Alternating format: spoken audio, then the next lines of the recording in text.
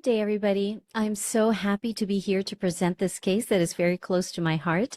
Thank you to Global GHK for inviting me to speak during this momentous celebration about two topics merged together that I'm very passionate about, GHK and special needs. Just a disclaimer, the information given in this presentation is for educational purposes only. Participants shall consult their medical doctors for health reasons before using anything that is disclosed during the course of this presentation. Students shall not use any of the different information given in this presentation while writing their examinations. This case was formulated with our best possible analysis of symptoms presented, which were ever changing. This is the best we could do without a CT scan reading of Hummer foci. The case is ongoing and future findings or outcome may change accordingly. All photos are posted with permission. All family information has been given with full consent.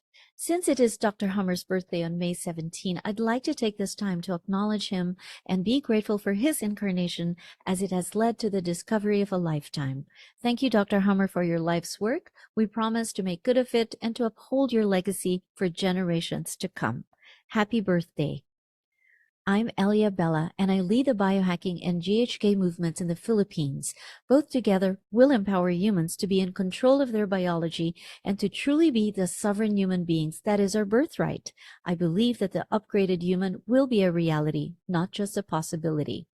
In 2015, I discovered biohacking and met Dave Asprey, who became my mentor. I was certified as a human potential coach and use machines and gadgets to support cellular energy. I also use techniques to help downgrade conflicts and epicrises using self-help tools. To provide brain support to kids with special needs, I use the Anat Baniel Method based on the Feldenkrais method to help turn on the learning switch using neuroplasticity and neurogenesis. Finally, in 2021, I discovered GHK and hit the ground running. I enrolled, poured, and enveloped myself in GHK education and continue to do so. GHK has become the main framework for everything that I do in my personal and professional life. Living biologically is my #1 tenet. Today, I'll be presenting a special needs case, examining it through the lens of GHK and supporting it with biohacking techniques. GHK plays a pivotal role in this case, as you'll see shortly. This is Ziggy and his wonderful family. And of course, I can't overlook Ziggy's beloved nanny in this picture. He calls her his second mother. She's a significant presence in this case, accompanying him day and night, and her actions directly impact his nervous system. Her invaluable work is deeply appreciated and cherished by all. Ziggy first came to me at the end of July when he was 8 years old. Like many mothers dealing with distressing symptoms, Ziggy's mother initially sought help from conventional medical practitioners, but saw no improvement after a year. He was diagnosed with ADHD along with motor and vocal tics, including coprolalia, or cuss words, and echolalia, or repeating words, especially the last words heard. The tics appeared on November 9, 2020, when he was 5 years old.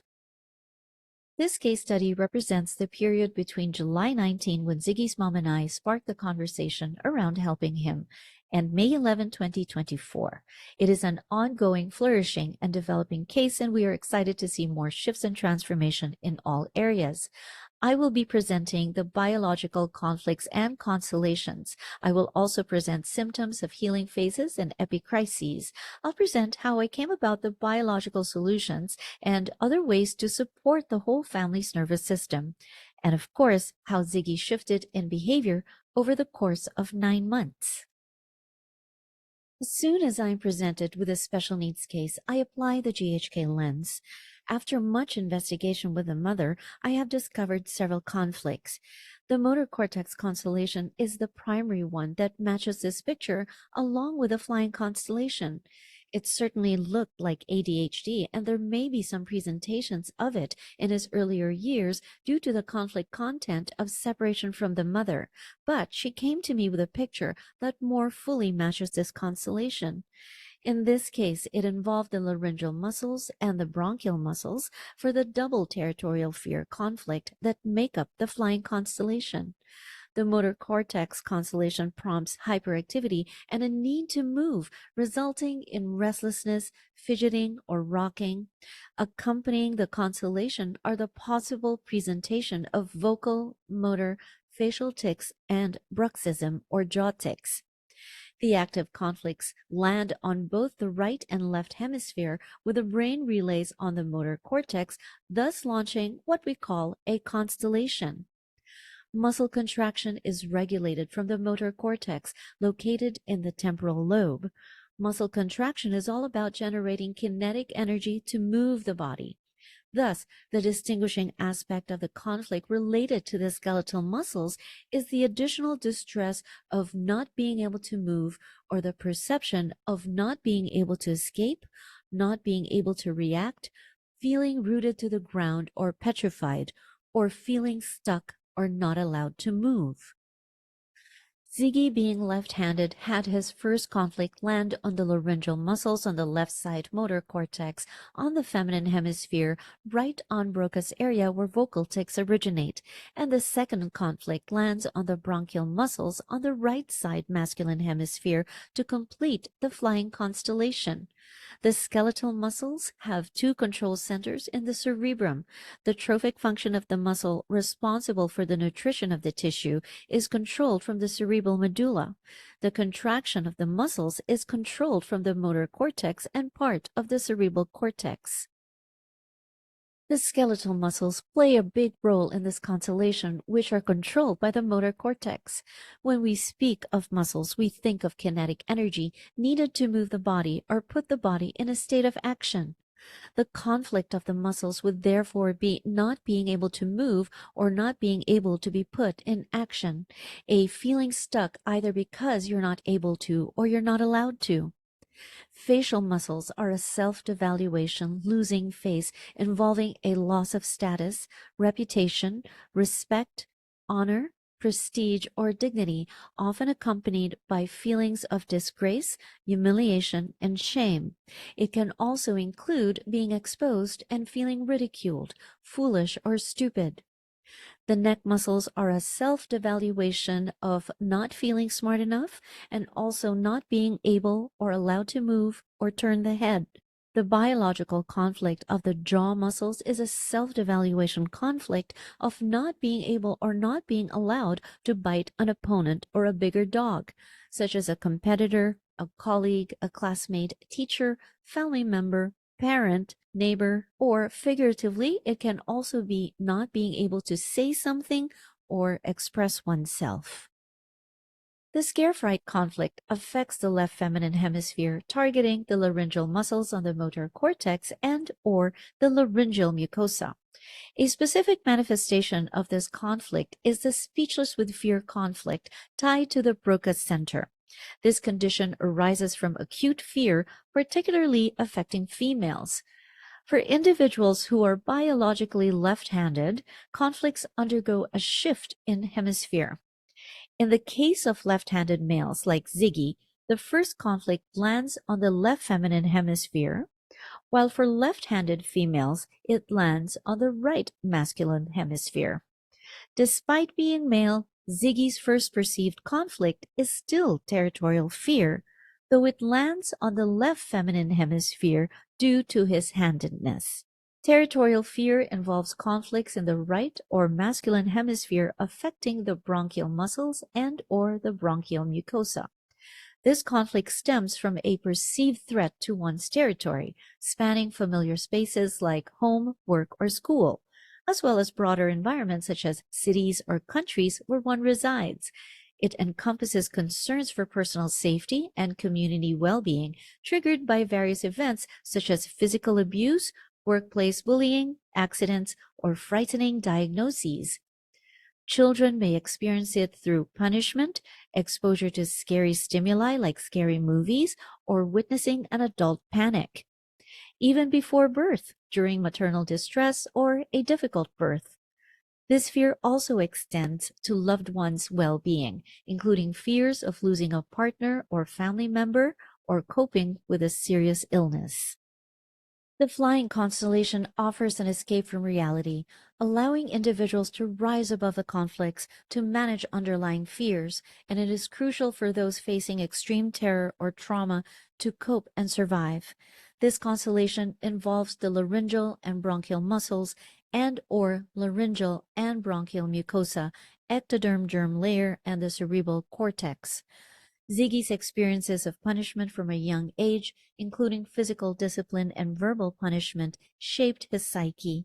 Notably, his sensitivity to distress began even in utero, influenced by his parents' constant arguing and noisy environment, or possibly from a cord-coil pregnancy. His fear of ghosts and recurring nightmares indicate the presence of the flying constellation, seen in his perception of moving shadows and trees outside his window. Ziggy has many healing phases, including bronchitis and bronchial asthma, pointing to the bronchial mucosa and the bronchial muscles, respectively. Let's revisit the 5 biological laws of nature by Dr. Hummer, the foundation of GHK. These laws played a pivotal role in managing this case, particularly in helping parents perceive crises as positive events.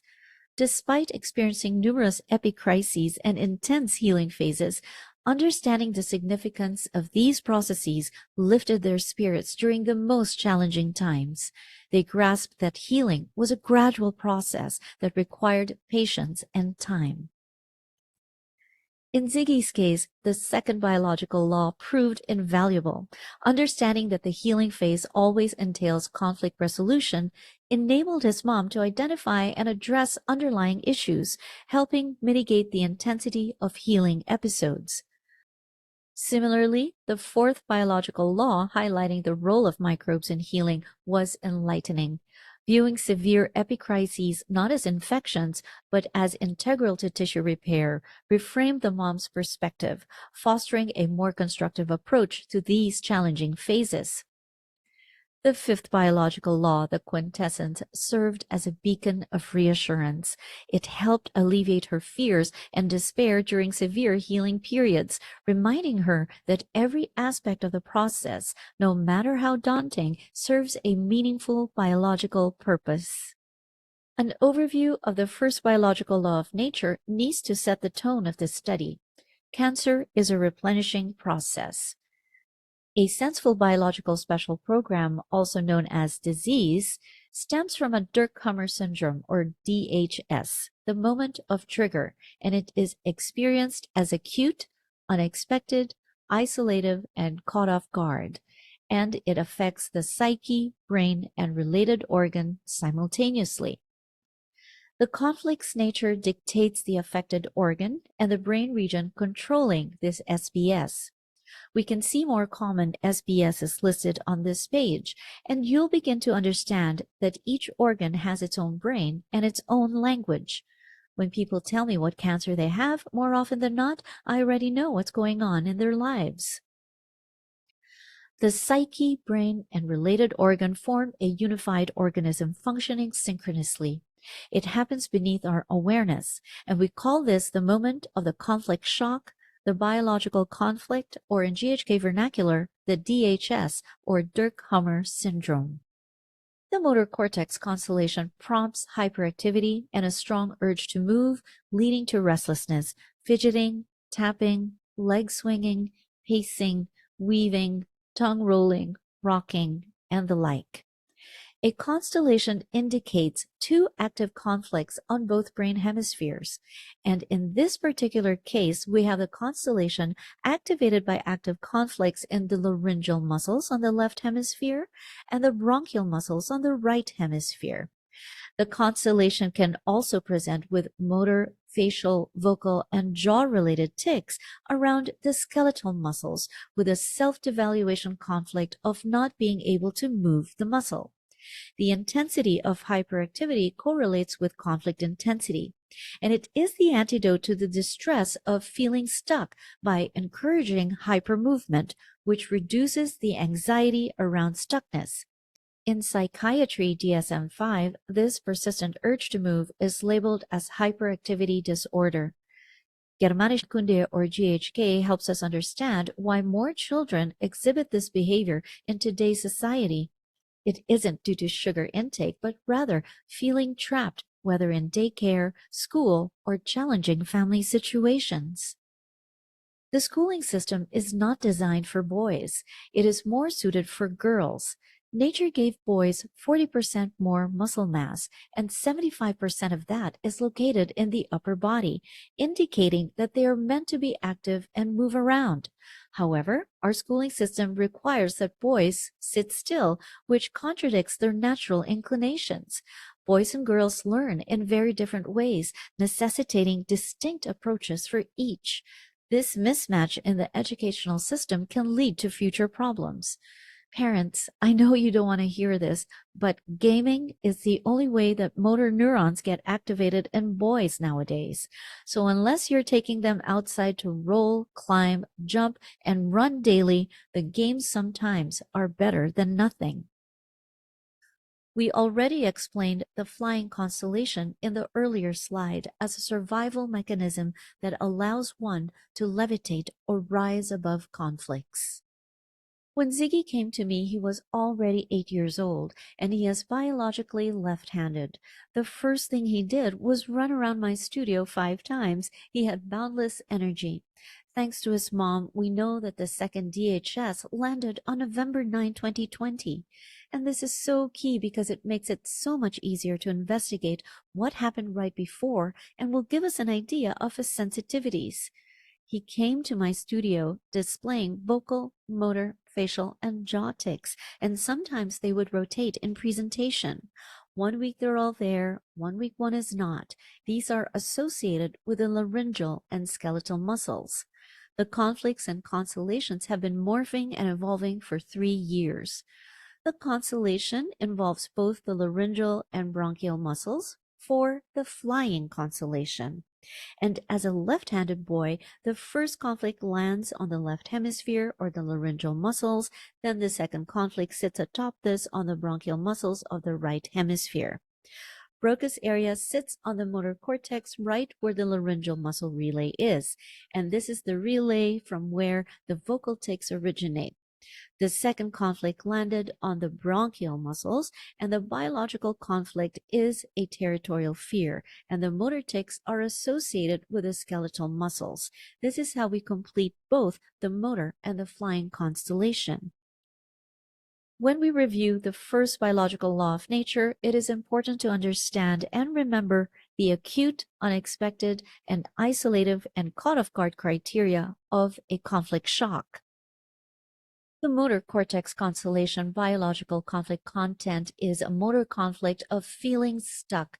The conflict related to the movement of the muscles is a motor conflict of not being able to move or not being allowed to move. The conflict can be associated with the entire body as a generalized motor conflict or with a single muscle or muscle group or a localized motor conflict. The biological conflict linked to the skeletal muscles is a moderate self-devaluation conflict, and the specific self-devaluation conflicts are the same as for the bones and joints. The self-devaluation is related to the inability to move the muscle. The flying constellation offers an escape from reality, allowing individuals to rise above the conflict to manage underlying fears. It's crucial for those facing extreme terror or trauma to cope and survive. Males are coded on a brain level to protect their territory, and the perception of territory will vary between a male child and a male adult. But basically, these are what they protect, even from their parents and family. Male traits are more in the area of aggression and fighting, so when there is a perceived threat to their territory being taken away, their nature is to fight or dominate the threat. Compare this to the female perception of scare fright, where they would rather go within or hide or be quiet to protect themselves.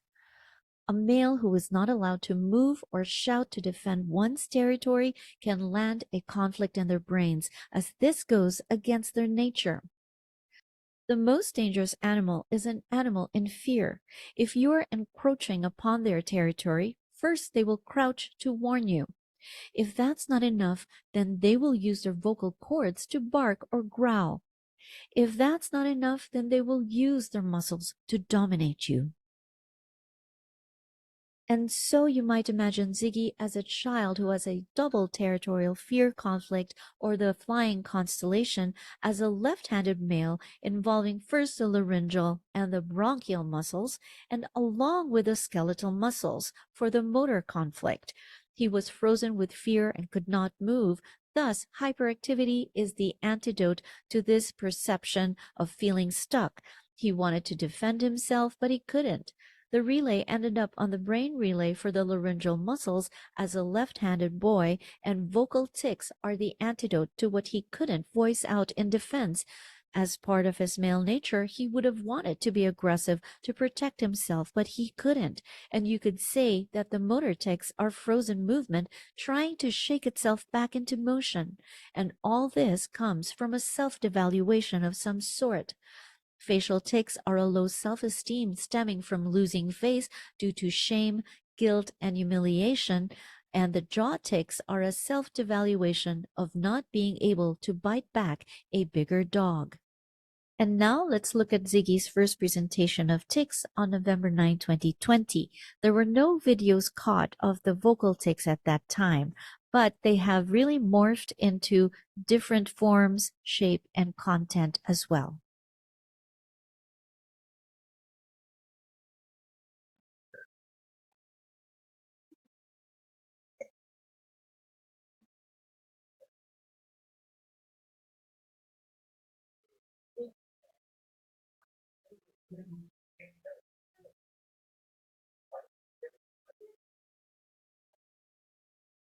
Let's review again the criteria under the first biological law of nature around the psyche, brain, and organ relay happening underneath our awareness and apply it to Ziggy's case. Here we will look at a very important element to formulating possible approaches to Ziggy's wholeness. Once we determine the exact DHS or biological conflict, we can use this as the focal point to finding biological solutions. What exactly happened on November 9, 2020? His parents yanked his iPad from his hands while he was playing a game. They admonished him vocally and with spanking. Now, just to be clear, there are some kids who don't develop a DHS after something like this. It really depends on the psyche of the child. Ziggy had a very sensitive psyche from repeated perceived distress, even in utero. Ziggy is a left-handed boy, thus the conflict makes a knight's hop to land on the left feminine hemisphere right on Broca's area on the laryngeal muscle relay. The second territorial fear lands on the bronchial muscles to complete the flying constellation. Ziggy couldn't move, and this self-devaluation conflict of stuckness is linked to the skeletal muscles. The vocal and motor tics appear in the epicrisis as the antidote to the perception of feeling stuck or not being able to speak or not being able to move. Two conflicts landed along with the motor conflict of feeling stuck, territorial fear and a second territorial fear as the flying constellation. Again, Ziggy's mom has so kindly allowed me to reveal these details so it might help other parents. There is no one else I've seen more dedicated to the well-being of her child than this mom, who has made it her life's purpose to bring him back to balance. Now, the most important thing to a male is his territory. In the Freya course, we are taught about the biological differences between males and females, starting from week 6 to 8 of pregnancy. During this period, the first and second impulses of testosterone determine the developing embryo's organs and gender. From birth, male brains are coded to gain and protect territory. And we learn that women have inherent biological value because they create life, whereas men must earn value by acquiring and defending territory. The more individuals a man protects within his territory, the more value he possesses. A male's brain is coded for survival through territorial acquisition. In nature, a male without territory is considered second-rate. However, he can gain value by challenging the current territory holder. For example, in The Lion King, Scar is viewed as less valuable compared to Mufasa, and his repeated attempts to dethrone Mufasa reflect his desire to gain value by usurping territory. Males fight back to get back or to protect their territory, whether it's a king launching a war or a little boy trying to protect his iPad from his parents. Just to complete this picture, Ziggy's psyche perceived a double territorial fear on the brain relay and organ, which are the laryngeal and bronchial muscles and skeletal muscles, with a feeling stuck quality when parents yanked his iPad from him. This landed as a conflict shock that activated tissue adaptation, or basically a brain-based activation of his organs to respond to the perceived distress because it was acute, unexpected, it made him feel alone, and he was caught off guard. This constellation of two conflicts with a 3-year load alters Ziggy's behavior to help him navigate distressful experiences, notably manifesting as territorial fear, a common male response involving aggression or dominance to protect one's territory. Consulting with a GHK mentor who teaches the Freya Biological Relationships course rooted in Dr. Hummer's concepts provided valuable insights. This mentor, having studied CT scans with Dr. Hummer, incorporated his knowledge into the course, focusing on relationships and GHK principles. According to him, the vocal and motor tics Ziggy exhibits signify aggression triggered by a threat to his territory, mainly his iPad, gadget, and toys. Each time he fears his territory being encroached upon, his vocal tics act as warnings, while motor tics reflect a defensive response akin to warding off threats or predators. Living in an environment filled with these triggers or tracks complicates Ziggy's situation, requiring careful navigation. His vocal and motor tics are still present to this day. And here he is, as of May 2024. It's hot. It's hot.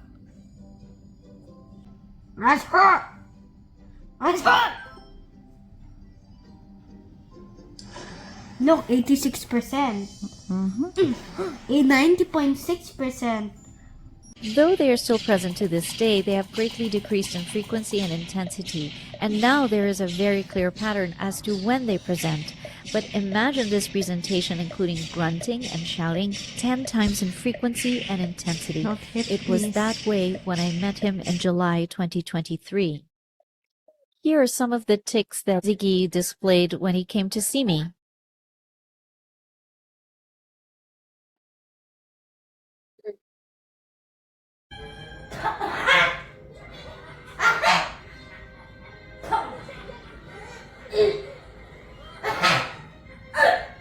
And so here we look at vocal and motor tics as the epicrisis, part of the healing phase. They are the antidote to a stuck voice or an inability to move. When there is a track or an emotional bookmark, such as his mother or father's angry tone, his nanny's voice, this can trigger the territorial fear around any territory, but especially around his iPad or TV.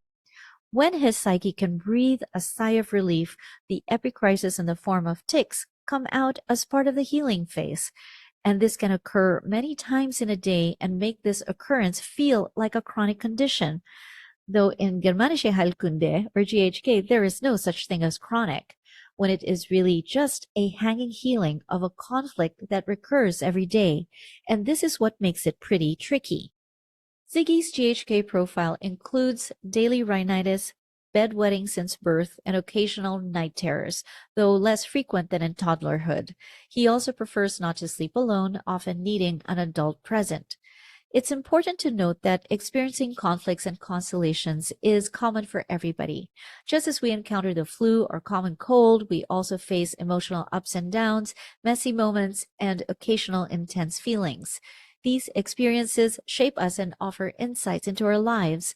Personally, I have a few constellations that blend into various aspects of my life, contributing to who I am today. They offer unique perspectives and gifts that enrich my journey. Let's take a look at the psyche-brain organ relays of Ziggy's other biological conflicts and the DHS, or possible original conflicts. Distinct conflict in animals may stem from detecting predators or harmful fumes, while in humans it's often triggered by sensing trouble or threats, like competition or conflicts in various settings. It also encompasses unpleasant odors or irritating situations, acting as a form of separation conflict. We can also look at it as an annoyance conflict. The sensory cortex, part of the cerebral cortex, regulates responses to nasal stimuli. For Ziggy, daily reminders or restrictions from his nanny, particularly concerning his possessions or activities, likely trigger his territorial instincts, leading to annoyance or frustration. This constant threat perception can cause everything and everybody to be viewed as potential triggers. Ziggy frequently experiences chronic allergies like rhinitis or colds, which in GHK terms indicate ongoing conflicts rather than persistent allergies. There is no such thing as chronic allergies in GHK. Since infancy, Ziggy has faced frequent bouts of illness, including hospital visits. A territorial marking conflict occurs when you are unable to define your territory boundaries correctly and cannot mark it with urine, as what animals do. The bladder's striated muscles, controlled by the cerebral medulla and motor cortex, are central to this conflict, originating from the new mesoderm. In order for incontinence or bedwetting to occur, the partner and mother-child sided sphincters, the left and right, are affected, and this is called a double territorial marking conflict. Bedwetting often happens when a child cannot mark their mom because she is away and their dad who is also away. Parents are a child's territory and source of comfort and safety. Perceiving them to be absent is a huge conflict. Many foster home or adopted kids can experience bedwetting up to adulthood.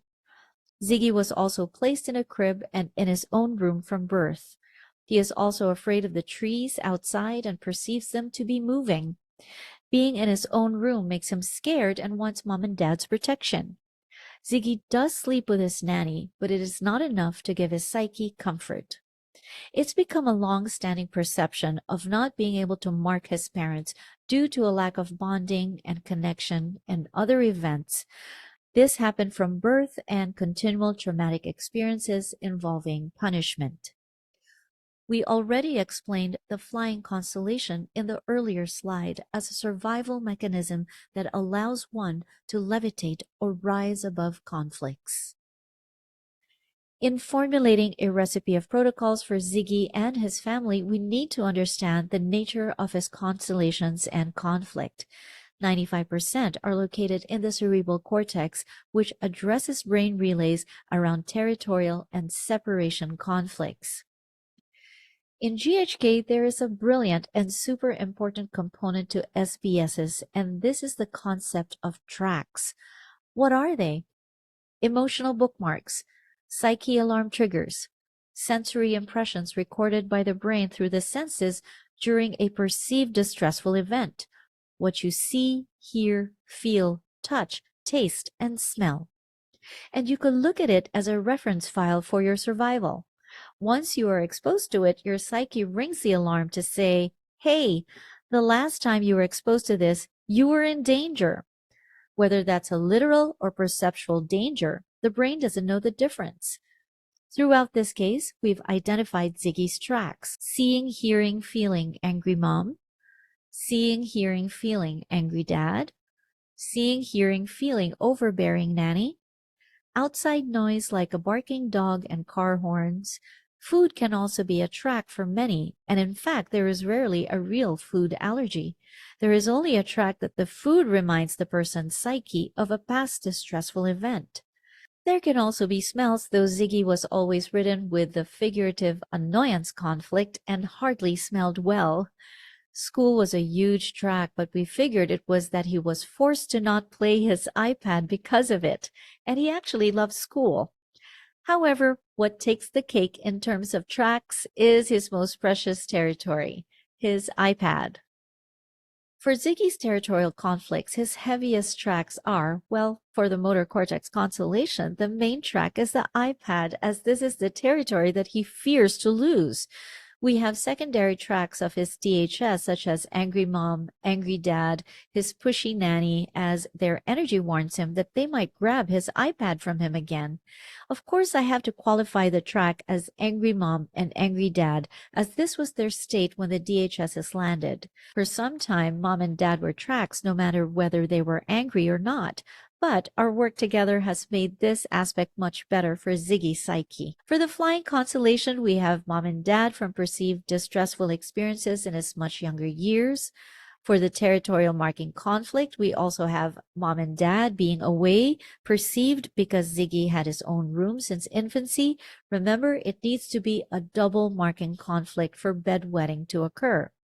The stink conflict would be all of the above, including outside noises causing annoyance. School was also a big track for curtailing his freedom and losing his territory daily. School also created events that induced anticipatory anxiety over tests and performances, which affected his vocal tics. For his separation conflicts, we have the usual angry mom, angry dad, pushy nanny, and his precious iPad. These are great triggers for his conflicts to recur on a daily basis, which really made this a tricky situation. In looking at the big picture, including the nature of Ziggy's biological conflicts and the relays in the cerebral cortex, I decided to focus on possible biological solutions using first and foremost GHK causal therapy. If you've heard the saying, the cure is in the cause, we must always try to nip it at the root. In GHK, there is really no therapy. The body heals itself in a senseful biological special program, or SBS. Therefore, the very first solution to stop a conflict is to remove yourself from it. If it's your boss, find another job. If it's your neighborhood, move to another city. If it's your apartment, sell it and buy a new one. Well, easier said than done, especially in Ziggy's case. Well, if we remove the conflict, that means he leaves his family, his school, his precious iPad. No can do. Dr. Hammer's therapy starts with looking at the person's pathway of thinking. Put yourself in the other person's shoes and think like them biologically, then find a biological solution. Placing myself in Ziggy's shoes as an adult, I could probably find objective ways to change my mind, my attitude, my perception, or belief around these conflicts. Mom and dad were acting out of love. Natty wants me to be on time for school so I don't get a penalty for being late. School is good for me and I needed to be successful in life. I could believe I am strong and smart and I own a business and can tell my parents I'm no longer dependent on them. Well, it's tough because Ziggy is 8 years old and he biologically needs his adults to survive in this world. His nervous system is in fight, flight, or freeze all the time, which leads him to not access the higher cortical regions of objectivity. And by golly, he needs school and friends. And we all know taking away the iPad is what made things worse. Now let's move on to some solutions. Ziggy, like Dr. Hammer's archaic melody, discovered to have a biological meaning by Giovanna Conti called Mein Studentin, or My Student Girl, written by Dr. Hammer as an ode to his beloved wife, Sigrid Hammer. Listening to this music 24/7 for at least 2 to 3 months can help downgrade active conflicts or process healing phases through. Ziggy found the music to be very relaxing and only listened to it at night.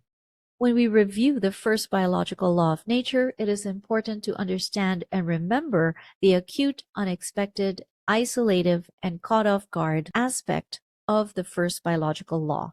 And this is when we can consider it a biological conflict that it has landed and the psyche-brain organ relay has activated. What is the biological solution then? First things first, give him back his territory and never grab it away without his knowledge. A conflict shock usually lands as acute, unexpected, isolated, and caught off guard. Therefore, we must handle his territory the opposite way. Agree on a time and condition when it's time to stop playing the iPad and let him give it to you. Use a gadget time as currency to encourage more responsibility and maturity, like doing chores or doing things by himself, like taking a bath or dressing up. If he goes over the agreed gadget time, he needs to do 2 hours more of chores, or he can minus that time to the next day's gadget time. Knocking before entering his room, as it is his main territory. If he doesn't want you to go in, you don't go in. To a certain extent, I am still using causal therapy by addressing the root cause of a conflict, but I need to look at something more foundational that will not just address Ziggy, but also the whole family. The real root cause when it comes to the conflicts in the cerebral cortex involving territorial and separation conflicts are a need to strengthen relationships and communication, but not just simply that. They need to be biological relationships and biological communication. Just to revisit the DHS of the motor cortex constellation, overall, all relationships and all forms of communication are biologically imbalanced, and thus it makes sense to do some foundational work improving these two areas. These relationships were the primary focus during Ziggy's visits. Currently, the only significant relationship track remains between Ziggy and his nanny. And our primary goal here is to reestablish the mother-baby relationship, which faced challenges due to difficult birth circumstances. Ziggy's mom experienced postpartum depression, and Ziggy himself struggled to bond as he was not breastfed and was a chronically irritable baby, making bonding challenging. Here, we encourage the family to center their care around Ziggy, ensuring that he feels supported, valued, and loved. Additionally, we aim to strengthen the connection between mom and dad, demonstrated through activities like the love train. During this exercise, I perform the spinal walk on mom, who then mirrors it with dad, and he in turn extends it to Ziggy. This approach fosters co-regulation and conscious awareness within the entire family. It's a delightful activity that promotes deeper family bonding. Here is the relationship balance between his nanny and Ziggy.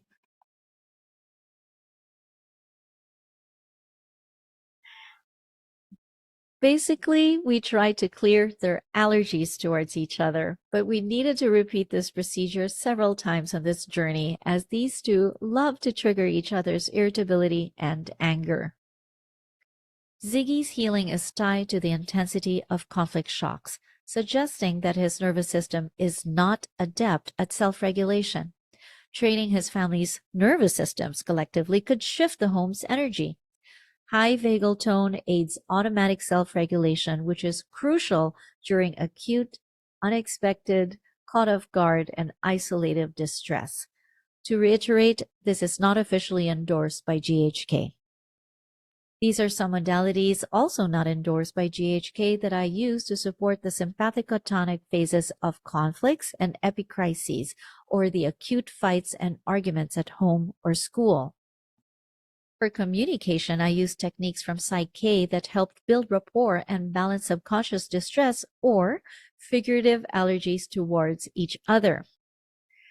The real game changer in biological relationships and biological communication was Dr. Hummer's mentee's GHK-based Freya Biology of Love course. Exclusively for females, it rekindles innate femininity to harmonize all household relationships, given the influence of women on family dynamics. Of course, it applies to spouses to re-spark the biological love connection. Mothers to sons. I have many mothers of kids with needs or neurotypical sons who go through the course.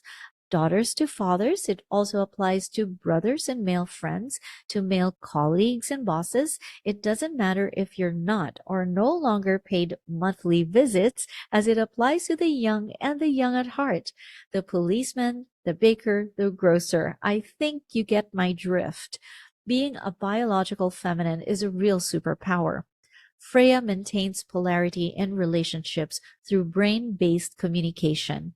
Thank you, Dr. Hummer and his mentee, teaching this work, as I believe the world will be a much better place with much better brains. Thank goodness for the 5 biological laws of nature, as it really helped Ziggy's mom stay sane. In one of her comments, she said that they would have been a broken family without this lens. Throughout the 9 months, we went through intense epicrises that left her crying and wanting to give up. But it is always usually met by a surprise in a never-before-seen behavior in Ziggy, and immediately offsets her despair. Again, understanding the second, fourth, and fifth biological law of nature, the quintessence, carried us towards more successes, and reframed the situation by seeing the epicrisis as a good, even necessary phase. This really helped her keep the eye on the prize. Let's go through the timeline of biological processes that included some of the worst epicrises that occurred from months 1 to 9. And for this, the 5 biological laws of nature really helped the family forge forward. During month 1 to 4, we see the early tracks of tics around his freedom to play the iPad, particularly around his nanny and before school bathroom time. It often makes him late and is a big bone of contention for them. Here, Mom and Ziggy have a heated argument in the car, and his tics increased. Mom gives Ziggy back a game that she deleted 3 years ago, and he cries with tears of joy, and tics increase with the F word and the A word. These are clues into what he felt when the game was taken away. There were escalations of all tics, and Mom is in despair and wants to give up. Ziggy would cry and think he'll never get better. Here we reiterate the quintessence, the 5th biological law, and look at it as a part of the process. By this time, their nervous systems are just beginning to start self-regulation training. Month 5 to 7, we conducted relationship balancing sessions between Dad and Ziggy, and an obvious strain could be felt between them. As Ziggy remembers his dad threatening to belt his leg when he was 6 or 7 and could still feel his imaginary leg detaching from his body.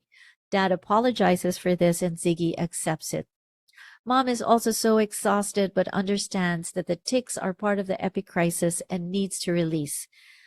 Ziggy's relationship with his nanny becomes agitated, and we find out that school ending is a huge conflict resolution for Ziggy, and it results in more tics. Mom starts to notice this track. We try the biological solution of no gadget restriction and eating everything that he wants during Christmas break. There is major resolution for all these layered conflicts, and tics become scary, but Mom understands these are part of it. In spite of her despair, she holds on. We find out that freedom being curtailed is a main theme, and it starts to come out, such as school, waking up for school, breaking his iPad routine for school. There's a bit of a drawback as Dad and Ziggy got into a fight that left Ziggy shaking like before, and Mom fights Dad over this. Freya is until next month. Mom gets the flu and understands why, thanks to the 5 biological laws of nature. School is a clear track to an indigestible morsel conflict that occasionally happens. Instead of becoming concerned about headaches and vomiting and rushing him to a doctor, Mom understands it's a good sign of healing. Instead of getting mad at Dad for the fight that they just had, Ziggy gets mad at Mom for fighting Dad about it. Freya saves her sanity and she understands why. We start Freya during this time. Root causes during Ziggy's toddler years also come to the fore. Ziggy has sudden emotional epicrises, which Mom respects and helps him to regulate. The nanny saga starts becoming worse as she becomes a blaring track since Mom is now more biologically feminine. Ziggy gets the stink conflict often and knows it's the no freedom plus the overbearing nanny that are his tracks, and they get into huge daily fights. School remains a track. Nanny is still a big track, but Mom uses Freya to maintain harmony and balance. We notice an increase in tics, but because Ziggy bought a new game. The new epicrisis emerge, such as stuttering, and Ziggy remembers bad things that he did when he was younger. Month 8 to 9, iPad no longer has limits and his ticking increases as expected, but Mom gets tired of hearing them and feels drained, and we hang on to the 5th biological law of nature. Nanny balancing results in major healing phases, but fights are constant. Ziggy has cathartic emotional epicrisis about his childhood and despises school for taking away his freedom. Mom slips off Freya sometimes and sees the effect on Ziggy. School is really a big track for annoyance and loss of freedom, but Mom keeps her sanity with the 5 biological laws. A trend is noticed that tics explode when school is out and when he plays his iPad. Amidst the roller coaster of Ziggy's conflict-active phases, epicrises, and healing phases, many significant behavioral shifts can be noted. During the first 3 months, we saw a ton of benefits. Though the vocal and motor tics would sometimes up-level or morph into different forms, for the most part, we saw a huge shift in terms of his behavior. He was calmer around tests and nicer to be around. Here, Ziggy gives an impromptu, unstaged testimonial about my work. Do you want to continue with Teacher Ellie? Yes, it makes me feel relaxed, happier, more calmer. My habits are removed, and not only that, but it makes me relax. It's just like I have a new life that's calmer and better. Really? Yes, Did you feel that from before going to Teacher Ellie to right now? not really. Not really? But when I came to Teacher Ellie, it's very nice now. Really? Yes. So we will continue with Teacher Ellie. Yes, I want to make kokodama. I want to make kakidama. Okay. Ziggy also memorizes a long performance at school and a song all by himself, and Mom is super shocked. He's happier and also reminds Mom when her voice starts to sound irritated. And month 2 is when we had a consult with our Freya teacher and GHK mentor around Ziggy's constellation, particularly to read his vocal and motor tics. People now notice how Ziggy is calm, and when Mom and Ziggy had a fight, they calmed down, and he said, "I love you, Mommy." Another time when Ziggy had a request that Mom said yes to, he said, "Thank you and I love you." Mom is shocked that he is developing empathy. He also memorized a song in just 2 days, and Mom tells me that my work is amazing.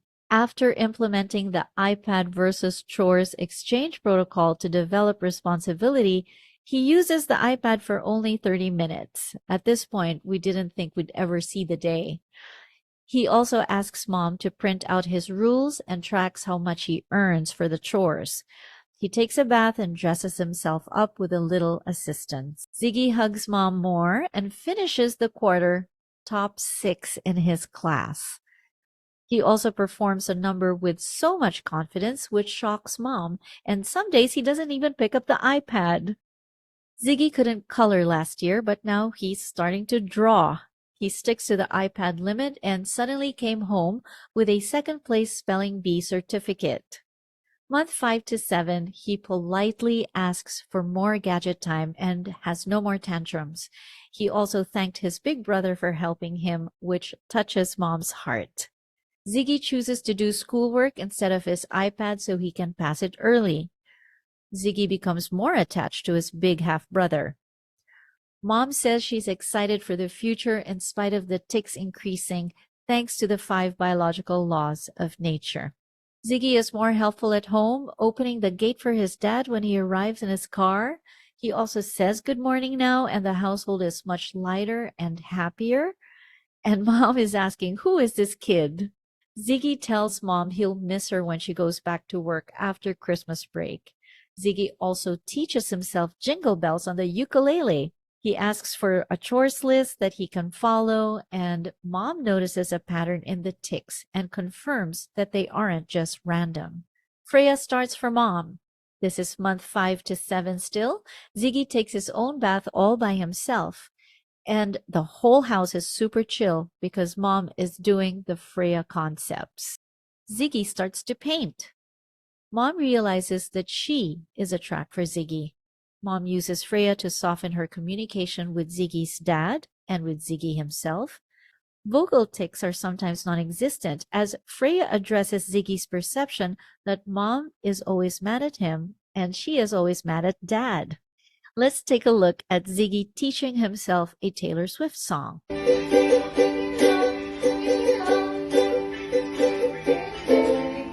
Dad is also stepping more into his masculinity and says sorry for the first time to Ziggy. Mom is seeing miracles and she uses Freya on the ticks and notice that they lessened. Mom communicates better with Ziggy and sees the change in her and the change in him. And this is the time that they come to my center and I tell you, Ziggy was tick-free, like extremely quiet, and it was such a miracle. Mom's chemistry with the husband is very noticeable. Ziggy plays Viva la Vida on the ukulele, and Dad and Ziggy are becoming more connected through more testosterone, thanks to Freya. Ziggy's school grades are high and behavior grades are all outstanding. Mom is shocked and seeing deeper healing happen. Ziggy wants to learn many things. His learning switch has been turned on now that he is no longer in his fight, flight, or freeze mode. Ziggy gives Mom and Dad handmade Valentine's cards saying, "Thank you for taking care of me." Mom says Freya is magic because Ziggy is now closer to her. Ziggy loves the new Freya mom because he said the old angry mom made him feel like a failure. Mom cries. Ziggy writes Mom 2 love letters with lots of I love yous. Month 8 to 9, Ziggy says sorry to Mom for all his ticks, something that she never expected. Mom now knows new games are a real track and sees increasing ticks as information. The home is more peaceful and communication is better. Freya magic for the win. Ziggy agrees to do no iPad mornings. Ziggy puts down his iPad when it's time and is more tolerant to no's. There's a whole week of no iPad mornings because he gets to sleep 35 minutes more. Ziggy is so much nicer and Nanny is softer. He has more independence and is allowed to make choices. Ziggy and Nanny get into an argument. Nanny uses Freya and he steps into his masculinity by becoming a problem solver. No longer a little boy, he says, "Don't panic, there's a solution." Mom sees him copying the serene Freya calmness at home due to mirror neurons. Mom says, "This is not the same kid we brought to you 9 months ago." Ziggy looks extremely mature compared to when I saw him in July. Signs that his testosterone is up-leveling both because his mom is practicing Freya and also because his dad is stepping into his masculinity as his male mentor.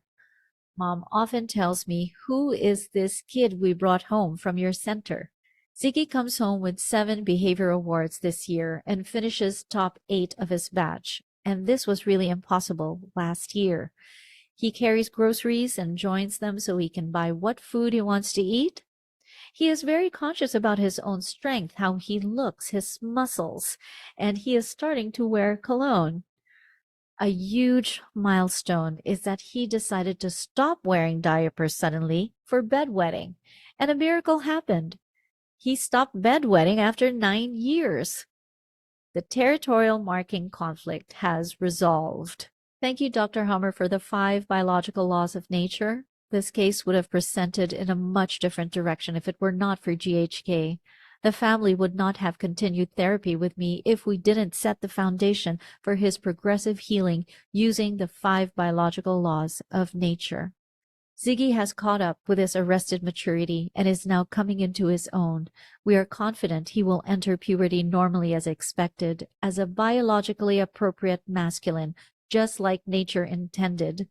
Thank goodness for the 5 biological laws of nature. I was able to focus my therapy on what Ziggy needed to balance in his life and surroundings.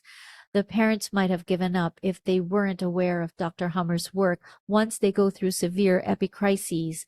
They knew that the epicrisis storm will pass and has its place in the biological program. We understand how the brain is the hardware and hormones are the software. It was important for us to get Ziggy back on track so he naturally goes through the natural progression of his development. It is a sight to see, and only nature can enforce such a shift. Lastly, once we understand biological relationships and brain-based communication, we might just see a world of better humans. Again, I want to acknowledge the family, especially Ziggy's mom, for her courage to see her son's case with an open mind and an open heart. I want to thank her for allowing me to share her and Ziggy's story in the hopes that other families will derive some benefit, knowing that there is a way out. I remain to be in awe of her and the whole family for their tenacity in helping Ziggy find balance.